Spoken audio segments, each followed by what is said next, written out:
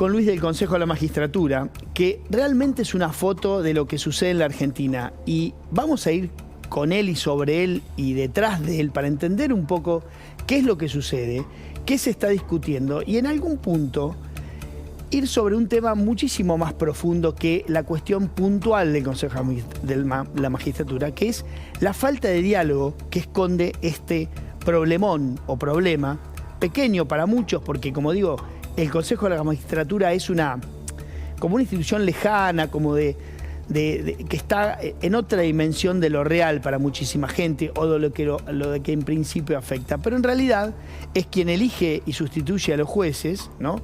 Quien elige a los que están, o quien arma las ternas, mejor dicho, porque finalmente es el Poder Ejecutivo quien elige a cuál va a designar como juez y quien hace los juicios de destitución o inicia los juicios de destitución para aquellos que cumplen o mal cumplen su función.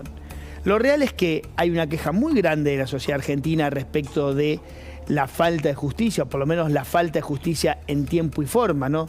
Hubo un fallo famoso del caso Armas donde la justicia dice, la justicia a 20 años ya no es justicia, ¿no? Y eso ayudó a que Menem siga en libertad o por lo menos sea condenado, no le sea una vez más confirmada la condena por el caso de armas, ¿no? Y del famoso Río Tercero y el contrabando de armas, aquella causa de los 90 que terminó con el expresidente condenado, pero siendo senador y ahí quieto, ¿no? En esa famosa banca que tuvo hasta su fallecimiento. Lo cierto es que hay un reclamo muy grande de la justicia respecto, o de la sociedad, perdón, respecto de la necesidad de que la justicia empiece a tener, digamos, fallos concretos y en tiempo relativamente cercano a la ejecución de los hechos. Sin embargo, el Consejo de la Magistratura, que es un elemento fundamental de esa vida institucional del tercer poder del Estado o del Poder Judicial, de uno de los poderes judiciales, justamente el encargado de controlar a los otros dos en ese trípode de poder que arman con el Legislativo y el Ejecutivo, lo cierto es que ese Consejo de la Magistratura está en condiciones, digamos, bastante particulares. Hoy por hoy nos ocupamos y mucho de contar esto que hizo Cristina Kirchner, que recién lo resumíamos con Luis, pero quería repasarlo un poquito. Y para repasarlo hay que ir un poco más atrás para tratar de entender de qué se trata este Consejo de la Magistratura. Nos vamos a apoyar en algunas placas para que entiendan los números y las formaciones y de dónde viene cada uno, las mayorías y qué es lo que está en juego. La primera placa nos cuenta básicamente lo que se discutió durante todos estos años. El Consejo de la Magistratura nace del famoso Pacto de Olivo y la Constitución del 94, como un órgano justamente para que el Poder Ejecutivo no sea tan fuerte, digamos, la palabra presidencial a la hora de nombrar jueces y que sea un organismo formado por diferentes partes de la sociedad, jurídica y política y legislativa, que participen en la selección. Después el Poder Ejecutivo elige uno de tres, ¿no? En su momento se armó un Consejo de la Magistratura que hablaba de 20 miembros y esa es la fórmula original, 20 miembros. Luego viene Cristina Kirchner y la baja a 13. Y ahí empieza ese famoso planteo de inconstitucional porque dicen no, porque de 13 miembros el Poder Ejecutivo tiene una fuerza muy grande respecto de las otras fuerzas, y ahora vamos a ver cuáles son, que conforman el Consejo. La Corte se tomó su tiempo para definirlo, pero finalmente este año lo definió y dijo no. Es verdad lo que dicen de 13, más allá de todos los actos jurídicos que ese Consejo generó, es verdad lo que dicen de 13, vamos a volver a la vieja Constitución de 20. La vieja Constitución de 20, ustedes me dirán, pero pueden empatar, ¿no? Porque son 10 y 10. Bueno, pues el presidente del Consejo es el presidente del ejercicio de la Corte. Por eso es Rosati. Y eso no es una imposición de ahora, de este gobierno, de la Corte que se puso adelante. No, no. Es algo que está escrito en la Constitución del 94, que el presidente de la Corte va a ser el presidente del Consejo. Y en caso de empate, ¿quién desempata? El presidente del Consejo con su voto doble, ¿no? Por eso es que aparece un número par en algo colegiado que tiene que establecer mayorías. Lo cierto es que ante el empate vota el presidente de la Corte. ¿Cómo se compone ese Consejo de la Magistratura? Y acá empieza el problema, ¿no? De los 20 jueces, perdón, de los 20 integrantes, como dijimos, el presidente de la Corte es uno de ellos, y luego vienen jueces, diputados, senadores y abogados que ponen 4 cada uno, ¿no? Los jueces eligen a través de algún tipo de elección, los diputados y los senadores de acuerdo a las mayorías y minorías en el Congreso, ¿no? Y los abogados en una elección que sucedió hace poco, donde había listas que representaban básicamente diferentes espacios políticos. Por lo tanto, se generan esas mayorías. Luego hay un representante del Poder Ejecutivo, que es el único que se cambia cuando cambia el gobierno. Los otros deberían tener cierta estabilidad. Cambia cuando cambia el gobierno. O sea, el año que viene, en 2023, si hay un cambio de signo político, el representante del Poder Ejecutivo puede pasar a ser del otro partido. Y luego están los representantes de los académicos, ¿no? Que son básicamente gente de las universidades, que vienen del mundo de las universidades y que hoy por hoy han conformado, y después lo vamos a ver, casi un bloque propio, o sin casi un bloque propio, ¿no? Que está conformado por 2 académicos y un abogado que responden, ahora vamos a ver a quién. ¿Qué sucede? ¿Cuál es la pelea de estos días, ¿no? Que la Corte, como dijimos, dijo, tienen que volver a la fórmula de 20. Entonces tienen que nombrar a esos representantes originarios. Los abogados llamaron a elecciones, los jueces eligieron a lo suyo, todos acrecentaron sus lugares y llega la parte del Congreso, que es lo que ahora estamos viendo, ¿no? Llega la decisión o la necesidad del Congreso de nombrar a su representante. Y esta es la pequeña discusión o la gran discusión o este ardid engañoso, como dice la justicia, que está solo hecho, ¿no? Partir el bloque, que es lo que hace Cristina Kirchner, para decir, pongo 2 representantes y no 1, o en realidad pongo 3. Les cuento para que ustedes lo entiendan. El Frente para la Victoria en senadores es el bloque mayoritario. Por lo tanto, la ley de constitución del Consejo le dice usted, bloque mayoritario, puede elegir a 2 representantes. Y el Frente para la Victoria manda 2 representantes. No hay discusión sobre ese. La ley también establece que la UCR tiene que mandar un representante. ¿Por qué la UCR? Porque es el segundo bloque, o en realidad es la primera minoría. La UCR. Usted, UCR, primera minoría, tiene que nombrar a un representante. ¿Quién es el representante? Un elegido de la UCR, no hay discusión sobre el tema. Sin embargo, empieza la discusión sobre la segunda minoría, que es quien establece la ley de constitución que debe ser el cuarto representante. 2 por la primera minoría, 1 por la mayoría, 1 por la primera minoría y el final. ¿Qué hace Cristina Kirchner?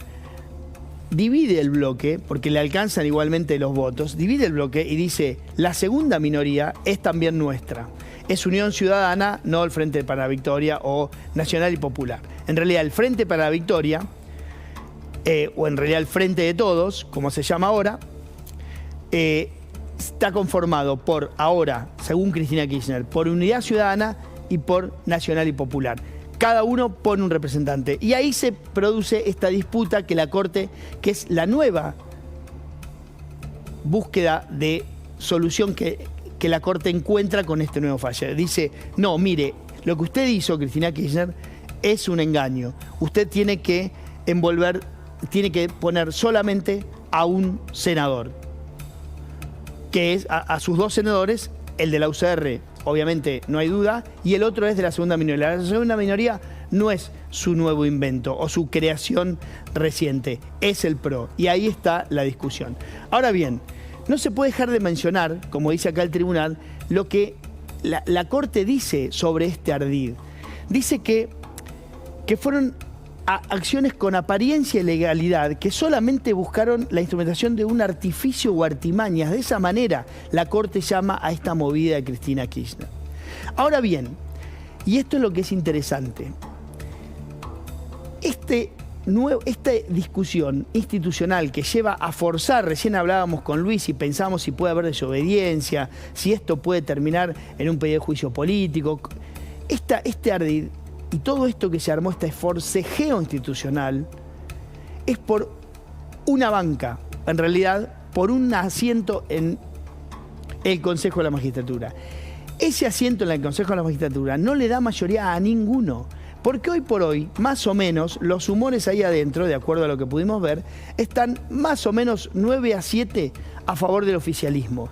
Y si esto se zanja con Juez en vez de Doñate, el diputado del PRO en vez del Frente para la Victoria, pues eso va a quedar 8-8. Por lo tanto, para establecer cualquier tipo de acto importante del Consejo, por ejemplo, nombrar un juez o, por ejemplo, destituir a un juez, se necesitan 2/3.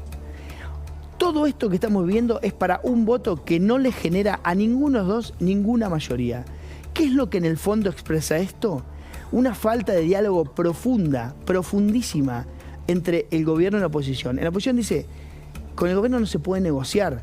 El único acuerdo que hicimos lo hicimos en 2019 y está incumplido. No se puede negociar. Y algo de verdad hay ahí, porque el gobierno no cree en el diálogo. El kirchnerismo no cree en el diálogo, lo considera casi una bandera de rendición dialogar. Este es un organismo, el Consejo de la Magistratura, que nació para dialogar, porque estableció mayorías de 2/3. Y las mayorías de 2/3 no se pueden alcanzar si no se negocia. En eso está hoy en la discusión institucional que ha llevado a forzar, como digo, una institución determinante para la vida de la justicia. Hoy la justicia argentina tiene el 30% de vacancia. ¿Por qué?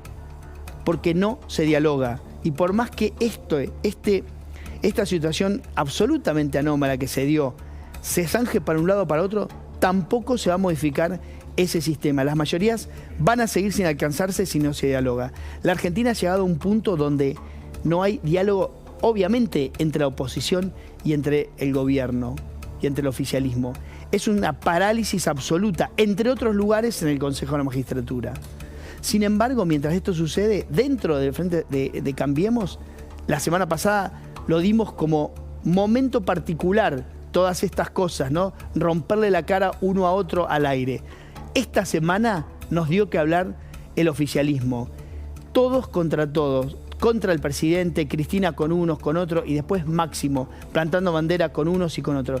Nadie sabe cómo va a terminar esta discusión. Sin embargo, mientras está absolutamente roto el diálogo entre la oposición y el gobierno, dentro del gobierno sucede esto, que está lejos de ser un diálogo, más bien más cercano a una agresión constante y continua que a los argentinos nos tiene en algún punto sorprendidos del nivel de descaro dentro de un espacio que no se ponen de acuerdo prácticamente para nada.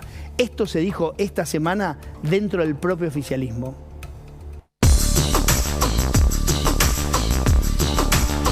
Saben que yo voy a hacer, como siempre, voy a hacer lo que tenga que hacer para lograr que nuestro pueblo, nuestra sociedad, pueda organizarse en un proyecto de país que vuelva a recuperar la ilusión, la fuerza y la alegría. Aquellos que se valen de construcciones colectivas, una vez que esa construcción colectiva lo lleva a un lugar tan importante, inicia una aventura personal. Para aventureros está el turismo, la política es responsabilidad. Sin nombrarte, Máximo Kirchner te acusó de estar embarcado en una aventura personal y de poner cara de víctima. No, miren, Perón una vez nos enseñó que cuando un compañero habla mal de otro compañero empieza a dejar de ser peronista. Cuando necesito hablar con Cristina yo le llamo. Siguen hablando.